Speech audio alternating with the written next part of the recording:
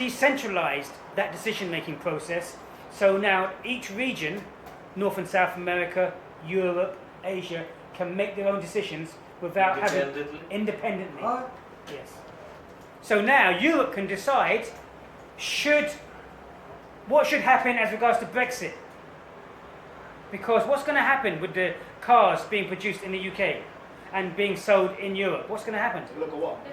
It's going to go up. It's going to cost more. Yeah. So if, say for instance, Europe decides to put on a 20% tariff on cars going into Europe, the car's going to cost either 20% more, or if the price stays the same, then they're going to lose 20% profit. So either way, Toyota's going to lose. So what might Toyota do?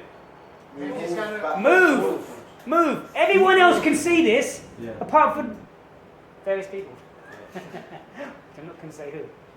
So everyone else can see that it's as plain as the nose on your face that this is going to happen if tariffs are put on these manufacturing companies, and yet no one's going to, even the financial services and manufacturing companies who have to sell into Europe are going to incur additional costs, and they're going to move.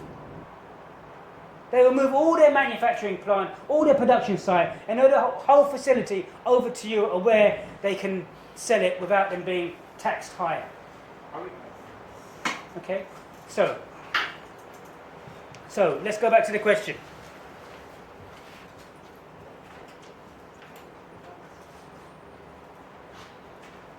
It says conduct an internal and external analysis of organizations to identify their strengths and weaknesses. So when you're talking about the strengths and weaknesses, you need to give the information, the figures. Do you understand? Does that make sense? When you're talking about the strength of Apple spending less advertising, you need to talk about the brand being strong. You need to talk about Forbes. You need to talk about that Apple spend 1.8 billion a year on advertising, as opposed to Samsung, who spends 3.4 billion. And you need to then say that Apple's advertising is more effective. Do you understand? You need to, as you say quite correctly, is to elaborate on it. Yeah? Is everyone happy with that? Yeah. So you've got the information here. We've gone through the strengths and weaknesses of Samsung, and the strengths and weaknesses are there for Toyota. And listen to the video. The video also explains the strengths and weaknesses for Toyota. Is everyone happy with that? Yeah. Okay. Any other questions? Thank you very much. So we go. No.